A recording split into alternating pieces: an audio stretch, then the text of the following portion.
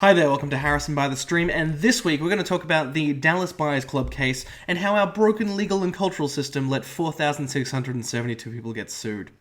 So for those of you who don't know, Voltage Pictures is suing a large amount of Australians who downloaded the film Dallas Buyers Club. It's been covered by everybody from TorrentFreak to news.com.au to The Australian and everybody in between. It's like the first one of many cases has finished up here. There won't be a final verdict until July 10th or 15th, but I wanted to give you some of the facts so far. The ISPs iiNet, Dodo, Atom Internet, Wideband, Internode, and AMNet at broadband were directly targeted, as well as their customers who will receive a letter or a call in the coming weeks. The letter will outline that they have been infringing on the copyright of Voltage Pictures, i.e. they've downloaded Dallas Buyers Club, and in fact, the great team at Mashable actually grabbed a copy of the letter after iiNet's recent loss of the case. I'll actually put it in the link below. The call, on the other hand, may be a tiny bit more vague. From the court proceedings, the script will include things such as you and your address have been identified as infringers, and there'll be questions in the letter such as, are you now or have you ever been a torrenter, how much do you earn, sort of simple things like that. They also will not be directly targeting people who are in the military, maybe mentally handicapped, people who are on welfare, schools, and basically people who are at halfway homes. Now, I think that this is more of a PR thing than anything else, because they've had in the past people who have I guess been people who have been targeted from infringing cases. There have been people who have been single moms and children and stuff like that, and it's basically just never really gone well for those who are in charge of their IP. So if you downloaded it but didn't share it out, they're the people who leached a copy but did not seed it. Now, leaching is basically when you download a copy but then you stop sharing it. It is actually a very negative thing in the torrenting community, but if you did seed it, unfortunately you are a part of the problem from the IP's point of view. Now, one of the most recent decisions included the fact that ISPs will have to pay up to 75% of the cost from the case, and this includes flying out a witness from Germany who actually testified.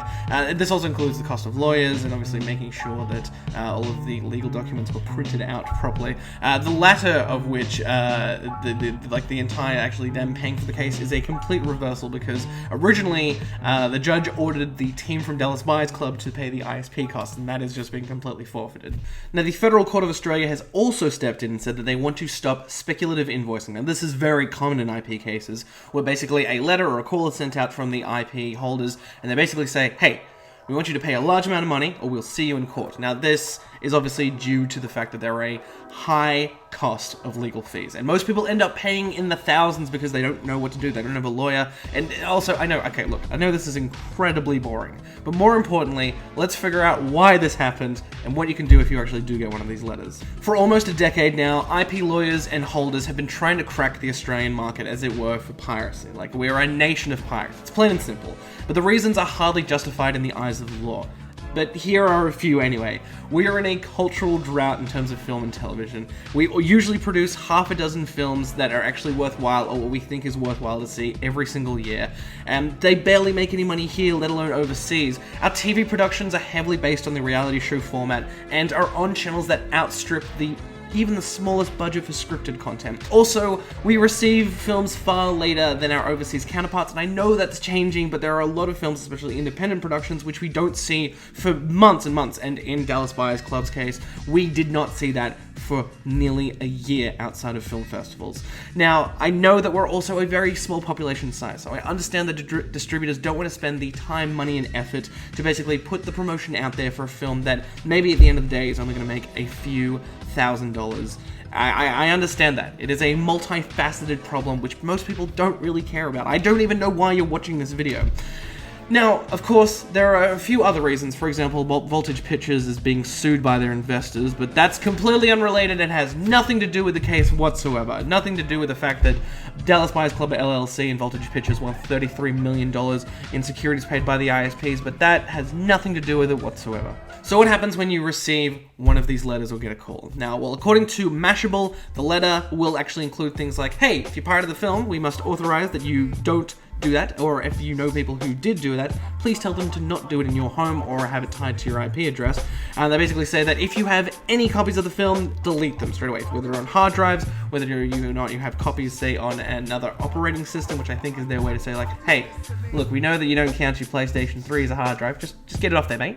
And also, they actually have, they've given you an email address and a phone number for you to contact them to settle, to negotiate a settlement within 28 days of receiving a letter. letter, and they give you a nice little email and a number to call, which is really nice of them. Look, it sounds fairly simple, and good on them, even though they're being dickheads, in my personal opinion. Look, they're entitled to that. They won. At the end of the day, they are victors of history. They can write or rewrite how much they want. Now, will this actually work? I personally think it won't. I highly doubt it. What DBC LLC have actually done here is kind of the exact same thing that patent trolls have done for decades. Even the judge in the case, Justice Nai Param, actually openly stated that he did not want to give Voltage Pictures a blank check to solve their financial woes. Patent trolls are like these small companies that buy up leftover patents from companies or from inventors that have long since the companies have become defunct, and they basically sue people who are creating new inventions and new concepts and apps and so on and so forth. Basically, that's kind of what's happening here. It's just for profit. This case, even though Dallas Buyers Club made a lot of money, it's kind of just there to recoup expenses. The concept of losing money through piracy is kind of ridiculous because nobody knows what the actual cost is. It's basically given a figurative number that has been outlined by a separate company that is kind of... It's not real. It's not a real sort of situation. In fact, the amount of money that they're asking for, they could hopefully invest that into promotion or for streaming services down the track, but I doubt they actually will. And finally, to make matters worse this week, both Labour and Liberal House of Representatives supported legislation that would force ISPs to block sites under court order based on copyright infringement. So basically, if Voltage Pictures didn't want you to download their next film, they could put in a little thing to the government. They basically say, hey, block that Pirate Bay site, and then it would probably be gone forever. And while Malcolm Turnbull, who is the communications minister here in Australia, said that the legislation was good, timely availability and affordable content was key, which is nice of him to make that consideration, but there's no bill or legislation down the track that is actually going to push that in the future, whether or not it's a part of the budget, or whether or not it is a piece of economic legislation. It's ridiculous. It's quite ridiculous, the situation that we have right now. And personally, I hate it. I know that you can watch Dallas Buyers Club on Netflix and on Stan right now. And personally, I really think that they're just making themselves look bad. This case has received so much press, and I can't see them doing really, really well in the future. So there you have it.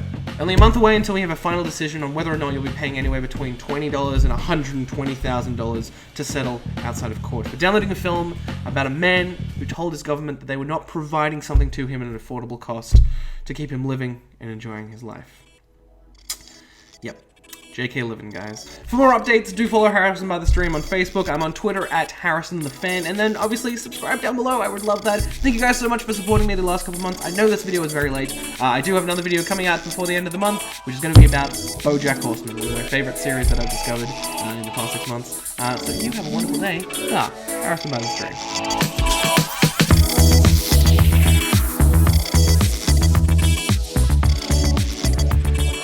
Simple, but at the end of the day, they just really want your money. Like, it's this very weird PR campaign. It's like, look, we're nice guys. We're really great guys.